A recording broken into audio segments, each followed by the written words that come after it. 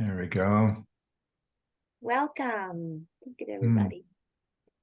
We'll have a few more folks coming in. We'll give it a minute. Hmm. It's fun to see all the faces. Hey, Jim, good to see you again. Yeah, David, good to see you as well. Yeah, For a while. it has. Look at Although I do Jim. check out your videos, so Okay. We'll let everybody get in here. Somebody's fighting for something in Colorado. Must be a Buffaloes fan. go Buffs. Yeah. All right. We'll see if Carolyn brings up the rear. Hmm. All Well, I'm right. going to go ahead and start welcoming everybody. Hi, I'm Karen Weatherford. I'm your host for this event today, along with, of course, our wonderful Dr. David Drake. And these last 2 months are coming in for a slide at the end of the year. Our theme all year has been about readiness, and we are closing up with a two-parter. So today is part one of a theme about commitment. And how does our readiness prepare us to make commitments? And how might we work with our clients to explore any commitments that they are ready to make as well, or may not be ready to make as well? And then we're tying it also into the narrative coaching framework as our scaffolding, and also giving you an experience of a full circle of breath work as well. That is a way to be with the stuckness and perhaps offer some unstuckness. And as you've heard Dr. Drake talk an awful lot, David, about maturity and maturation process, we're going to overlay that on this as well, as it has to do with burnout and battles, as perhaps the less mature way to address commitments, and what might be where you're at with your own maturation with all of this. So that's a mouthful of a lot of things. But more simply, we're just really glad you're here. And we are each our best teachers together. And let's begin. David. Thank you, Karen. So one of the things that I enjoy in these sessions is being able to sort of sit with certain questions that are on my mind.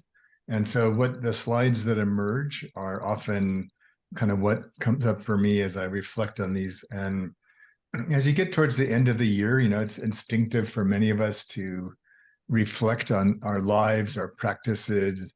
I think in this sort of this period in which time has sort of been warped by the pandemic, time is sort of a strange concept. It's hard to kind of track time and measure time, and it just feels really different. But one of the things that is common for many of us at the end of the year is to reflect on how the year has gone. And I was thinking a lot about how we often frame commitments, kind of looking toward the future, committing to do something.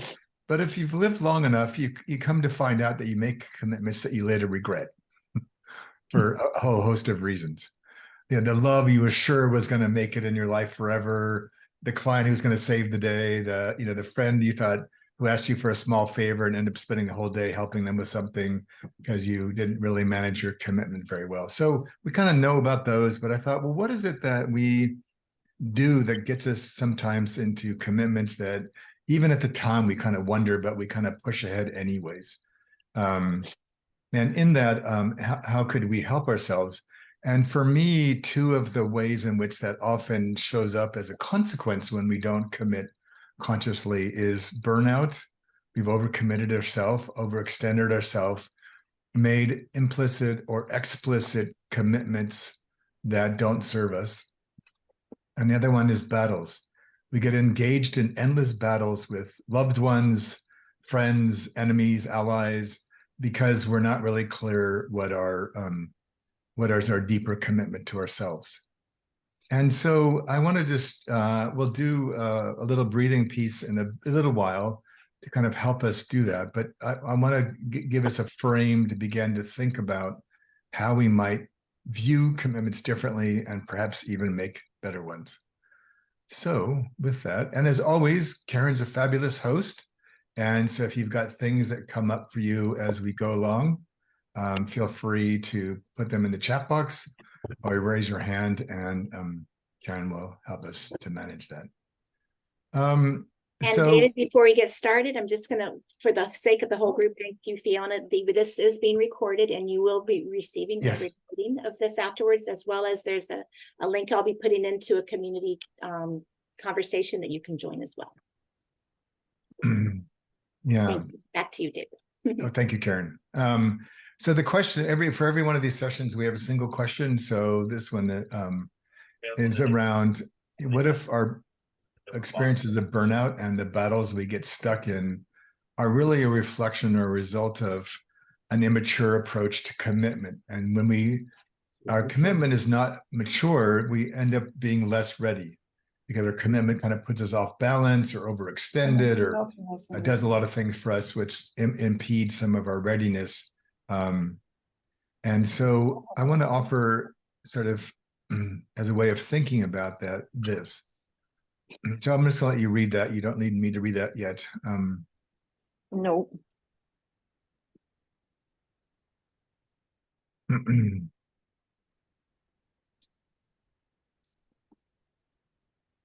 I don't know as if I'll ever be able to strike that pose in yoga, so I'll just live vicariously through this woman at the beach.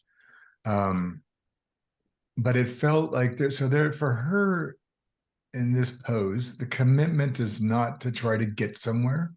The commitment is not to try to force her body to do something. It's a much deeper, I think, and a more mature way of being present to the pose as it's unfolding for herself. And so one of my observations of myself and others, and certainly from a lot of my clients, is commitments they end up wrestling with later often stem from not being present in the moment when they were making it and succumbing to pressures or fantasies or whatever. And so one of the things we teach in our work now is this idea of this moment is your curriculum. So if that's our curriculum, then how attentive, conscious, aware are we of the moment, particularly when somebody's asking us for a commitment? And one of the easiest ways for me is to think about why that's important is we've all, if we're not careful, at some point in our life, bought something that we later regretted because we succumbed to the pressure from a salesperson. We're quite good at throwing us off our game, taking us away from ourselves, getting us caught up in the moment or the momentum of the conversation to the point that we lose touch with our truer self. So I wanted to show you what that looks like in terms of the narrative coaching model. And we're going to use this as a way to help us investigate any points in our life where we're feeling some burnout, or any contexts where we're feeling some burnout, and or any places where we've noticed ourselves being in a battle that's not going well or going very far. It could be a battle within ourselves or between selves. It could be a battle with somebody else. But places we're stuck and not either not committing well or not committing at all.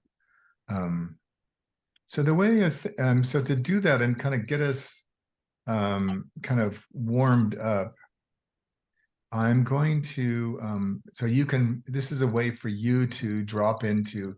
You don't have to. I'll walk you through this. You don't have to remember any of this, but it's just here.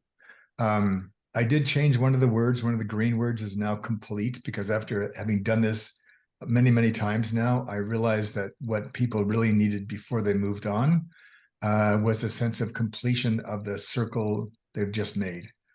And part of this came, I'll give a shout out to my dear friend Carolyn on this call. Part of it has been our ongoing WhatsApp pub chat about the role of sustain in narrative coaching. And in reality, the key is what happens in situate the next time, not so much what finishes in sustain. So complete felt like a better word for me. And so what I'd like to do with this is kind of guide you through this practice. It's a way of using your breath to help you to notice more about yourself.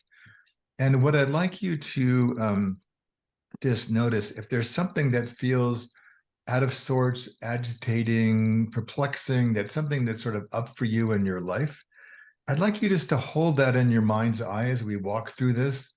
to see if any of these phases reveal something to you about a commitment you've made formally or informally that may be impeding you from moving through whatever it is you're wrestling with. Is that clear enough for now? If you don't have anything that's bothering you, just reach out, and I'm sure somebody next to you has got more than enough. They can loan you one of theirs. And otherwise, let's just find a way to just quiet ourselves. Most of you will find it's easier to keep your eyes closed. There's less distraction. And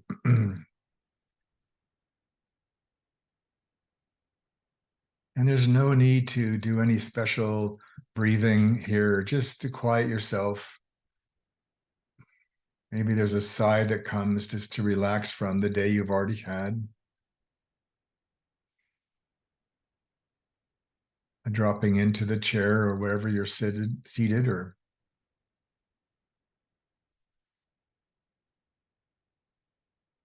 for now, there's nowhere to go but right here in this moment in time. And as you're here today, I'd like you just to bring into your mind's eye again, if you haven't already, something that is wanting your attention. Maybe it's a decision to make or a decision you already made, a request, a challenge. Just hold that lightly in your mind while we move through the full circle.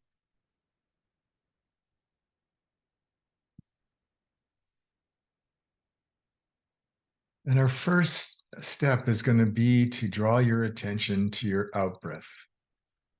Just to notice as you breathe out, and maybe it will help you to exaggerate that breathing out a bit, just to get more awareness of this. So as you're holding this in your mind eye, just focus on the breathing out. You may want to sigh or kind of blow out through your mouth. And as you do that, notice if anything is arising from you or in you in terms of what you're being asked to release from. Like, what are you noticing that you're wanting to let go of around whatever was on your mind?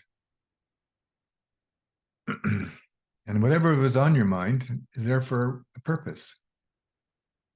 And part of the fulfillment of that purpose is to compost anything about what's on your mind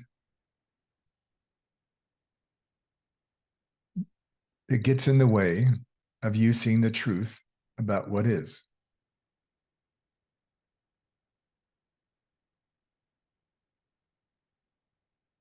So when you're breathing out, you're giving back air and other things, but you're composting your attachments to whatever was agitating your mind.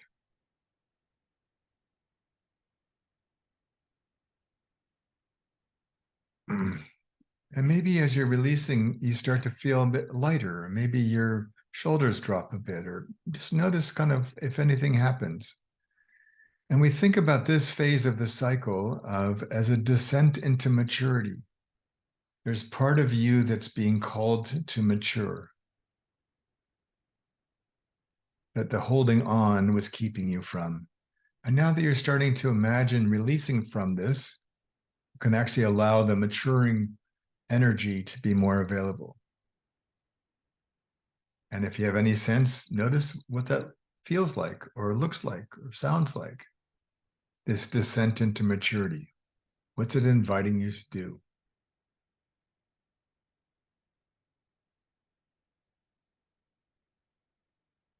As we drop from there, maybe you'll notice your body's more relaxed now. So this is more of a breathing with. Wow, let's just notice how this feels. What are you being asked to release into? Like maybe you were releasing from a need to be in charge or have it all figured out or be perfect or whatever came up for you.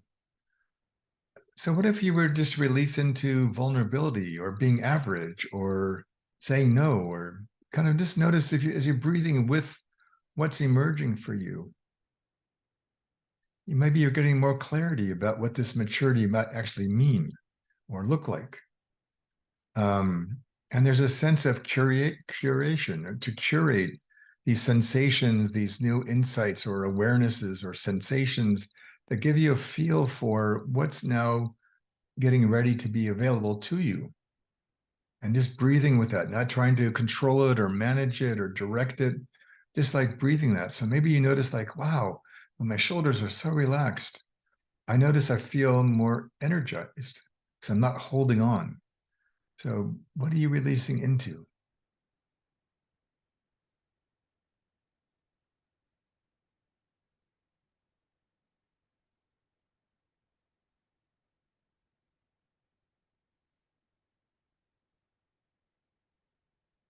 The beauty of this phase is that we get to access the mystery that was there the whole time. When we make commitments we're not ready for, we often sort of bulldoze over the mystery to make happen whatever we think is supposed to be happening. And so by breathing with, we actually allow ourselves to settle into curation and to really be present to the mystery of what's actually trying to reveal itself here. And so you might notice that your breath kind of evens out here. And then as you begin to be with that, you start to move up again. And this is a release for what? Like what becomes possible now? And so you might want to focus more on your in-breath as you're coming in. Like really notice how much of your whole chest gets involved, and can you feel the breath all the way around your torso as you breathe in? Again, no need for effort, no need to force anything, but just kind of notice your lungs breathing themselves to the best of their ability.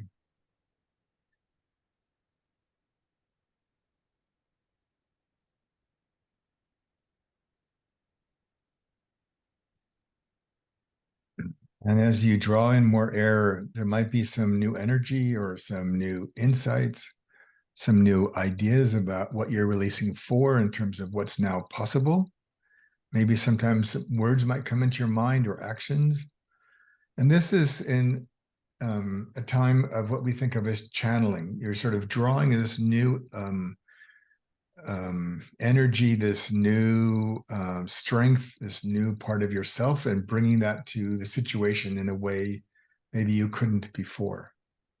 And we think of this as the ascent into mastery. It's like taking an insight and turning it into a new action, channeling something that comes maybe from a deeper, truer part of yourself.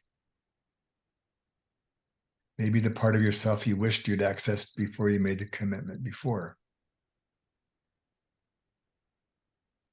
What happens here is more of your truth becomes available to you, and now you have the capacity to speak to it directly, plainly, non-judgmentally. And this is how we get better and better at being ready for ourselves and ready for whatever it is that's in front of us. So as we're breathing in, just again, notice what becomes possible even in yourself. Maybe your back becomes a bit more upright and less slumped. Maybe your hips start to wiggle because you feel more freedom to move. Just notice what happens when you're breathing in. And now maybe have a bit of air, life that you didn't have before. And what's that making possible for you?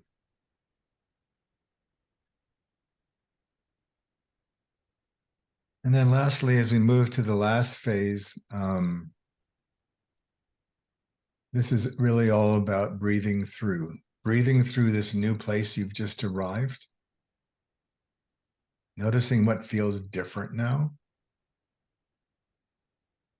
You're not on the outside breathing with something, you're now breathing through it because it's now becoming part of who you are. And so we think of this as release with. So what are you taking from this experience, this movement around the full circle that might allow you to reach a sense of completion? I now understand what was holding me back, or I now understand why I was confusing myself. And it doesn't mean that it goes away or is magically solved. It just feels for now, I'm complete. It's tempting in our world to try to rush on to do more. And what happens is we never actually settle what we just did And so it tends to fade because we didn't actually complete. And so for me to invite you into, if this were to form a new memory or a new sort of clarity about you and your commitments, then what do you need to complete to really anchor that for yourself? And as a result of doing that, what can you take with you now that you might not have seen before?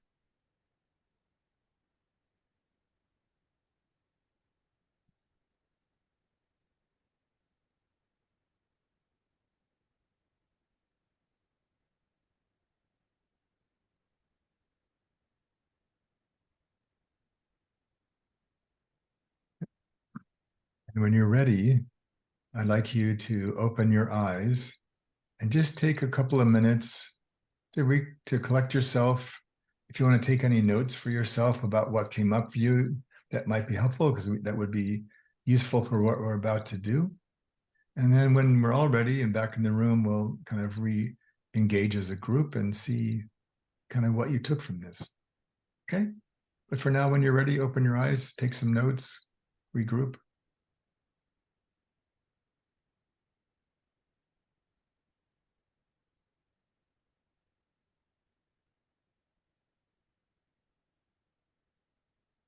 Mm.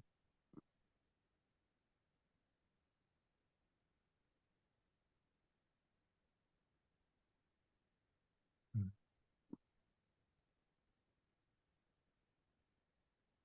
Please, Diane. Mm.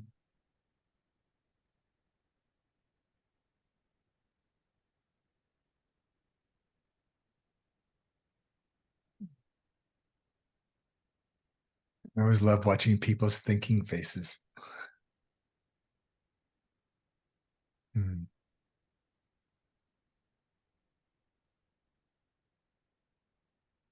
Mm.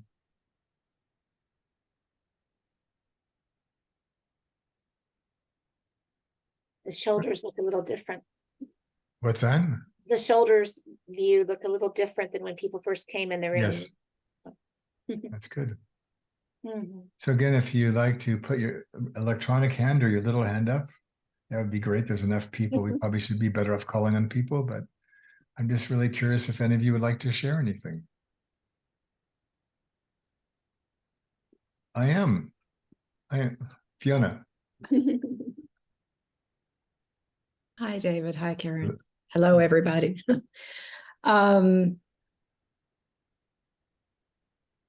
this is it seems to be a little bit of a trigger topic for me right now today, in that the readiness and the commitment portion, and these are the notes that I took. And just really quickly, I think societally, our commitments are all about doing, and I think our commitments need to shift into being.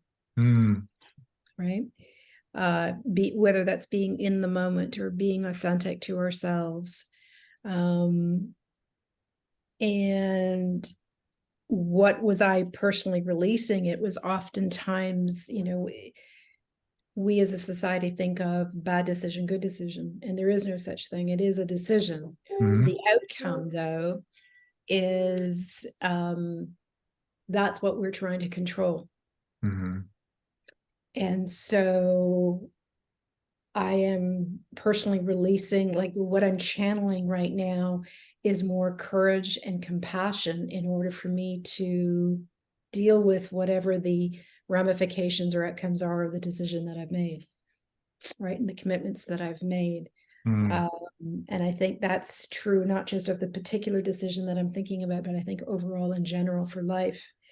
I really liked this exercise of composting, like just getting rid of it and out of our body, and curating what it is that we do want and how we do want to be and show up and experience and all of that. And then channeling that through courage and compassion so that we are, as you say, complete, that we can really breathe our way through it. So, okay. All right. And Karen, I'm just as a heads up, when we're going to do some small groups after this, so give you time to not be stressed and just relax into your task. I would like to have 8 groups. And you can name these groups. So, and this may take a little bit of time. So I want to give you that heads up. So I would like four burnout groups and 4 battle groups. And you can name them battle 1, 2, 3, 4 and burnout 1, 2, 3, 4. Because we're going to allow people to choose their own groups when we're done. Okay. And we may have to fiddle with that when everybody moves, but that's where we're heading. When Colleen's brought her cat, excellent. He's like, I want some too. I want some too. I'm over here doing the work too. Yeah. So is there anybody else who would like to share what emerged for them? Carolyn, and you cut your hair. Or it's just hiding. No, I didn't. It's just hiding. It's just out of my eyes. Oh, there we go. I was struck by lots of things, but I wanted to make a couple of points. I thought the slide was great because doing that posture is challenging. There's a lot going on in it, and you can only commit to it in the now. Mm-hmm. You can't commit to a balance in any other time frame. And as you stand in that pose, everything is moving all of the time, just to maintain that commitment in the now. So I was very struck by some of your opening comments about committing to just now, or whatever it was that you said. That's what I decided it was. Okay, that sounds good. So I said that. Yeah. Let's agree on that. And then the other bit that struck me, and I think you've nailed it with the complete. So I love that, by the way. The other bit that struck me when I think about the 4 phases in NC, and I experienced the breathing, and as you said, you and I've talked a lot about this cycle, is that actually the 4 phases have become 4 movements. And that everything is happening in the threshold, not in the phases. Is true. that resonating with you? Yeah. Totally. Yeah, I loved it. So thank you. Thanks for listening. The phases are actually sort of like rest stops after the threshold. Yes, and it used to look the same and feel the same. Yeah. And now it's completely, of course. Right. And you're a different person in each of the phases, so you too have changed. But it gives people the sense of comfort that there's a space they can relax and catch up with themselves and reflect on what they've just done and get ready for the next one. And as Miley is pointing out, it all happens in the liminal spaces between. Yeah, for sure. All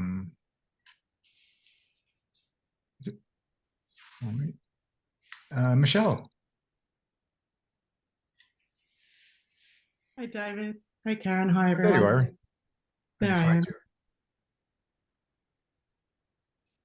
My body is still processing that cycle that you allowed us to take on. And I just realized that each time I went through the step, and even though I was focusing on my third eye, I could just feel different energy going through my body.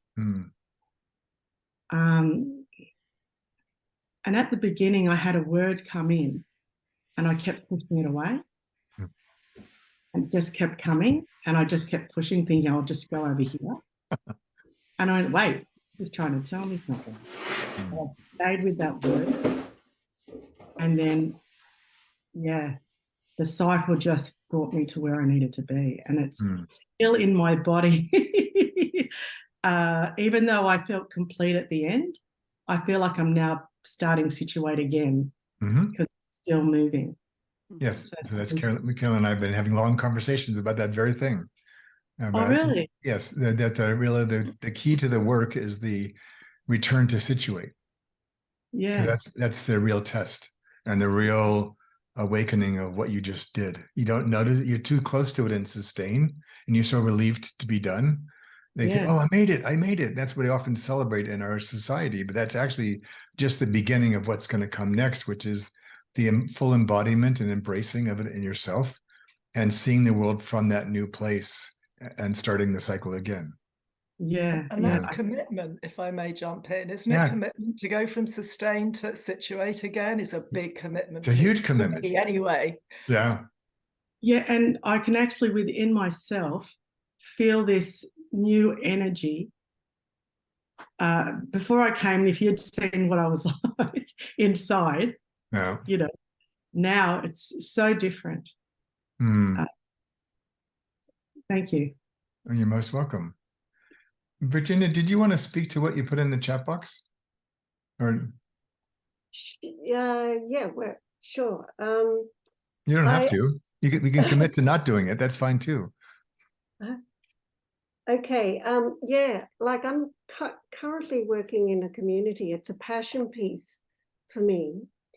And it's a conflict around a $1.4 million build. And there's a bias in there. And it's a conflict of interest. So it's a values piece for me. But what I realized in the process when we were walking around was I was stuck in that, as opposed to looking at what I could do without being in the conflict and looking at the building.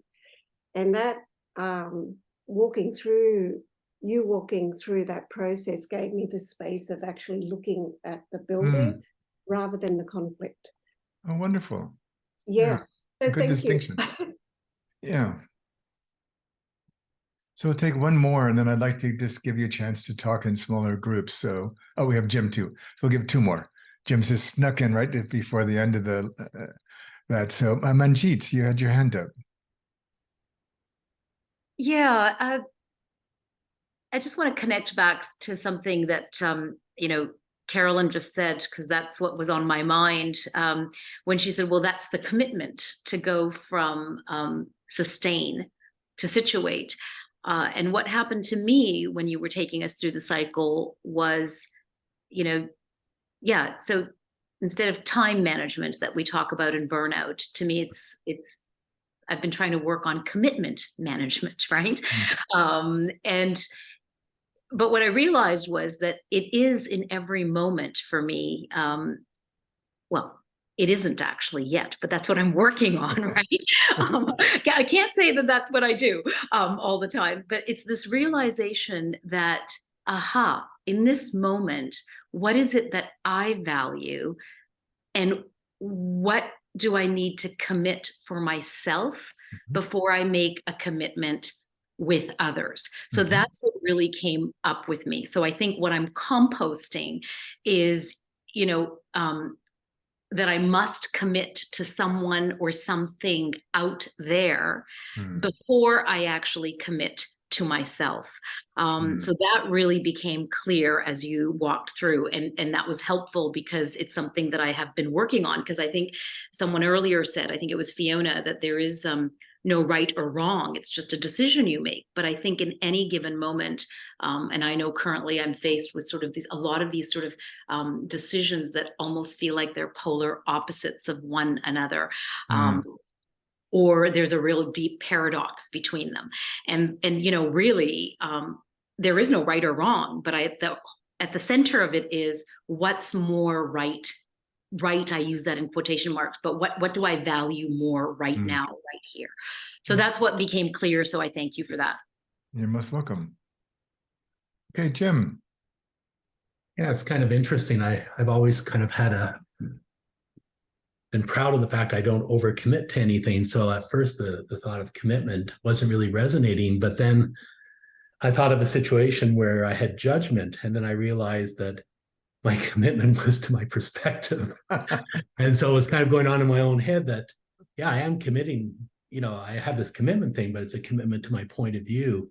And I think just kind of situating and going through the arc was really helpful, because I started realizing it was more judgment. And then I started thinking about control. Like I was using things that I could control to kind of make my judgment appropriate for me. Like those were the bad behaviors that was coming out, was around time, money, guilt, all those things. And then the big shift for me was to make that change from judgment into flow, which is what the breathing was really helping. And then to kind of situate for me there. And I've always had this little heart-shaped rock. It's always with me. And it is that reminder as to how important it is to slow down, to breathe, to really pay attention to what's going on and to make a shift that feels truer to who I am. Great. Thank you, Jim. Yeah. All right. So I'm going to go back and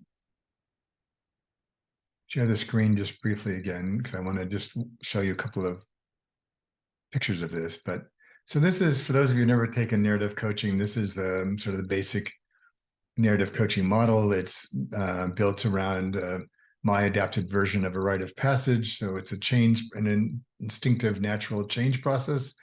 And we're tracking people's stories and their storytelling to kind of see how that's unfolding for them in order to help support them to kind of move towards a different story. And so one of the ways to think about burnout is that we get trapped in these top two, this back and forth, these shuttling between situate and sustain.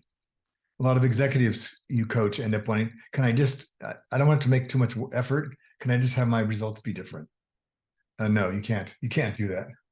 And burnout is often we've lost touch with our own inner world, our own inner knowing, our inner values, and we've overextended ourselves, or we sort of capitulated in the situation we didn't want to, or we hesitated, we didn't want to really step into the real commitment, because burnout often is because we've lost enough nourishment and grounding in our actual self. And so one of the things that we think about that to invite somebody out of that dynamic is their next sort of piece, our help, and either for ourselves or with them, is to help them take a different perspective, which often is an inner perspective. How else, in Jim's example, was a great example of this, of I'm fine with commitments. Well, but if I take the perspective of my own sense of judgment, that, oh, wow, that really affects my commitments in a way I hadn't realized. And so kind of this phase of the breathing cycle can be really helpful, but it's basically an invitation. There's a whole other world you've either neglected or judged or ignored or something that you're going to need to address, to compost, get out of the stuff that's keeping you in the swirl of the top, to be able to kind of move on and mature your way through the situation. Battles are, I find, one way of thinking about them is two people arguing about what if, and most of this is around whose fault it was and who's wrong, right? And so if you think about epic battles you've had with somebody you love, it's usually the same battle over and over and over again. You just change the topic, but it's the same battle. And oftentimes, if you're at all can move out of that space, you end up laughing at yourself at how absurd the whole thing is. And you're arguing over which drawer the spoons go in, or something that's absurd and doesn't matter at all. But it becomes sort of this piece where you've lost access to the bigger picture. You've lost access to the real purpose. And so that, for me, the movement to this sort of a whole side of the equation is the whole bit about what matters really here. Does it really matter where the spoons go? Does it really matter? Fill in the blank with absurd arguments you've had with people over time. And so part of the whole piece about shift is, what is the higher or greater purpose here? What's really this all about in the end? It's probably not what we thought it was when we're trapped in this sort of like up and down elevator, where we're not actually stepping into what's it actually being challenging us to do differently. So so Karen, how did you succeed in your mission? Excellent. So there's a lot of things, there's a lot of words here. So I'm just gonna let you read this, and then I'm just gonna point out a couple of highlights.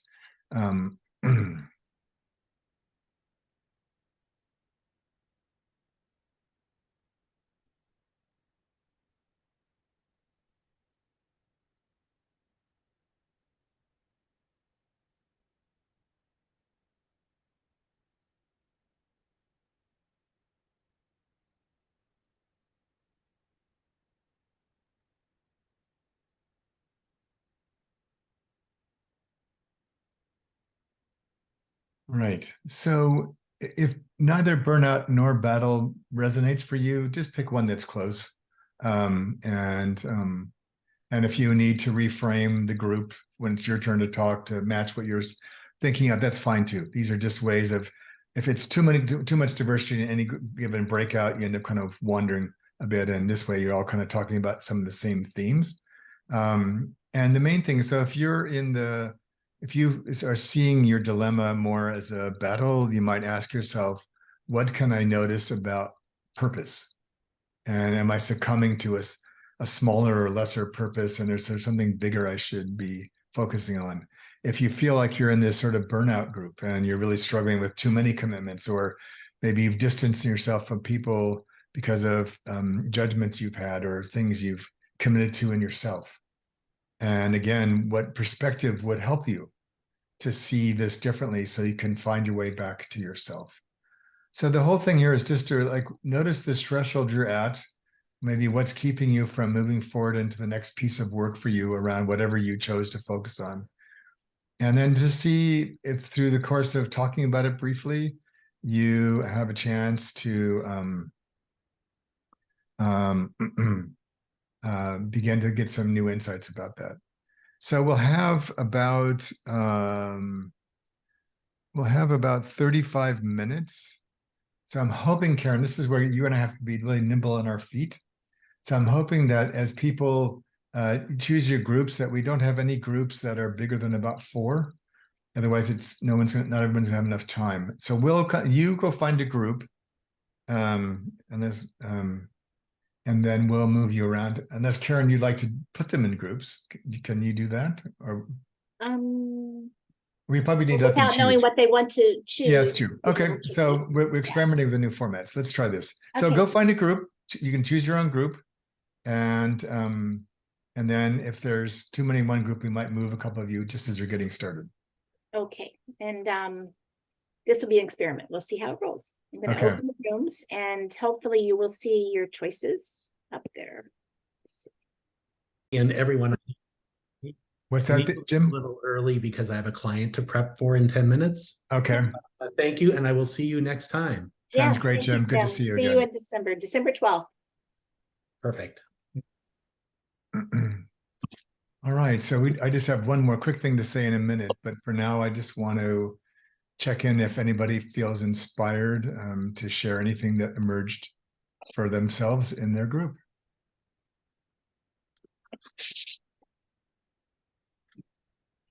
Well, one thing that came up in our group was being committed to our aspirations. Okay. You know, that and that, you know, commitment means having to let go of things and then, you know, focusing Okay. on, yeah. And that what one of the participants said, you know, anything is possible, everything is not possible. Yeah, Hmm, that's a good one. That's a good one. And there's a heaviness in trying to make everything happen, you know. Yeah. Can you repeat that, Brian, please? Everything is. No, anything is possible. Everything is not possible. Yeah. Thank you. Mm. And it's not mine. Yeah. It's brilliant, whoever started. Yeah, we'll give him credit.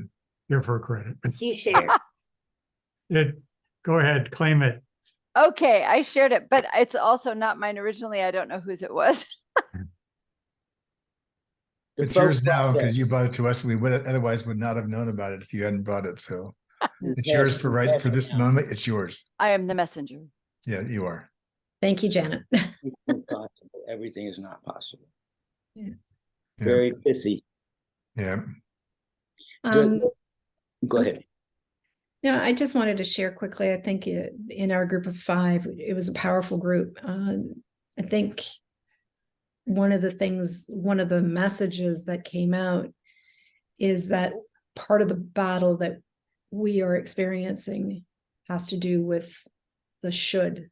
We should be doing, we should be acting, we should be, and releasing the shoulds and accepting what is.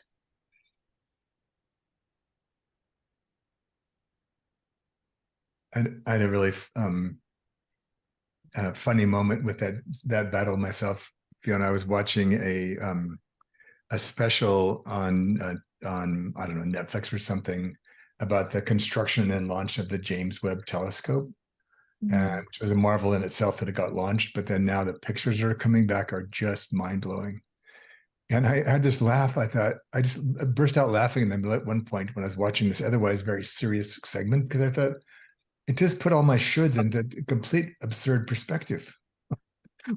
When you have a universe that's gazillions of miles wide and all these different things are going on, and we're all parts of those stars at some fashion, my little should and all these things I built up all kinds of anxiety or angst about just become so ridiculous.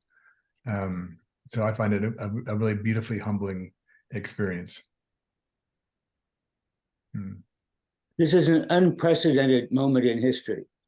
We are in an unprecedented moment of history. And one of the most valuable things I've come out with this particular experience is the notion that all the work needs to be done at the thresholds, that my attention is always focused on the process, the interior process, the in a sense, the result, the moving parts of the situations, the four.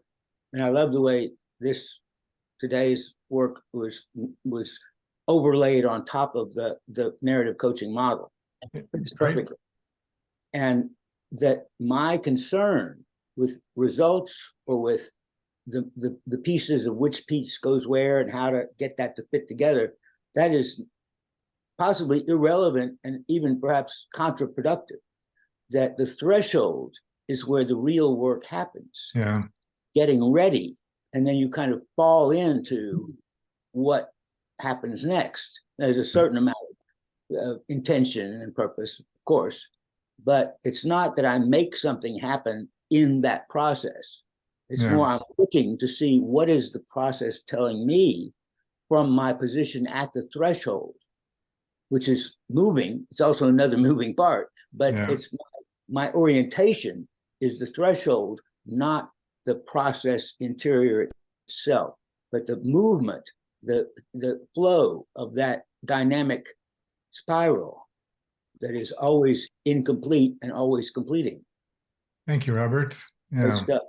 Thank you. I always like it when I'm doing a session like this and I learn something new about myself and what I'm teaching. So I love this sort of focus on the thresholds in this conversation. It's really quite fabulous. Maybe you have time for one more. Anybody else feel an inkling of wanting to share?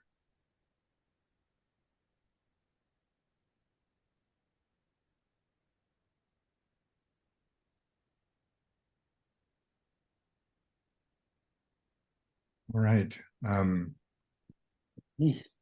So, oh yes. So let me just go back and share really quickly. I just have one more slide I wanted to share with you. Yeah, and so we always try to have sort of a key point. You may have a different key point, that's totally fine. But, there's just a lot of uncertainty and anxiety around us, and we're not always managing that very well. And there's sort of a profound invitation for kindness in these days. But I think particularly in those places where we feel embattled or burnt out, this whole idea of just really questioning and bringing a greater level of discernment to our commitments just feels really important. Otherwise, we just get pulled way too thin. When we come back for our second half of this topic on commitment in December, we'll have two more, just for Carolyn, we're going to have two more Bs. I can't see Carolyn's face right now, but she's laughing. It's a running joke. But we're going to look at the other two things that get in the way of our commitments, two other sort of ways we're often less mature than we might like, that deal with the other two configurations in the narrative coaching model. So I think it'll be a nice way to end the year. And Karen's put some things in the chat box. If you want to know anything more about any of our programs for next year, or you want to do more of this work with us, we have plenty of opportunities and some new things that are coming next year as well. And just the invitation to not just to make this a wonderful experience for yourself, but to begin to think about how would this affect the way you show up for the rest of your day and for tomorrow. what might this bring to you? Yeah, so again, here's our email address if you have any questions about any of this, but otherwise I want to take that down. And Karen, is there anything you'd like to add to bring us to a close today? Simply to point out that the URL that has the BCE at the end, that's the way to sign up to connect as a group to continue the conversation, because it's not obvious there. But also just, it's such a treasure to have you here. When David and I were preparing for commitments, the nuances to it were really endless. Yeah. And I think as we, for many people, Thanksgiving's coming up here in the States, but there's, you know, each of you are experiencing your own intimacy and your relationship with commitments. And that beginning process of reading through it, it's going to be a wonderful exploration. And looking forward to, hopefully we can share that together as we move forward. So thank you. Thank you for coming. All right. Be well, my friends, and we'll see you again in about 3 or 4 weeks. Yeah. Right? December 12th. Sounds good. Thank you. Take care. Thanks. Bye. Thank you. Yes, Bye. everyone. Bye. Bye-bye. Bye, Michelle. Thank you.